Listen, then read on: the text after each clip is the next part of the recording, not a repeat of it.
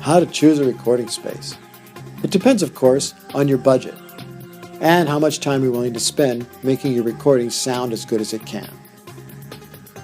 A professional recording studio or your own living room, can they be one and the same? In my humble opinion, yes. The most recent home studio recording was Billie Eilish and her hit Bad Guy, recorded in her bedroom. The Eurythmics' first hit, Sweet Dreams, was recorded on an 8-track in their London loft. And way back when, the band recorded music from Big Pink in their house.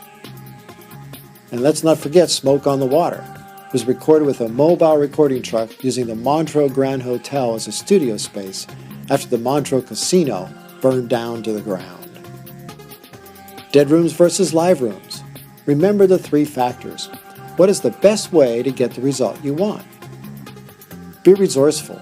Use blankets, use egg cartons, a closet, and yes, even try your shower.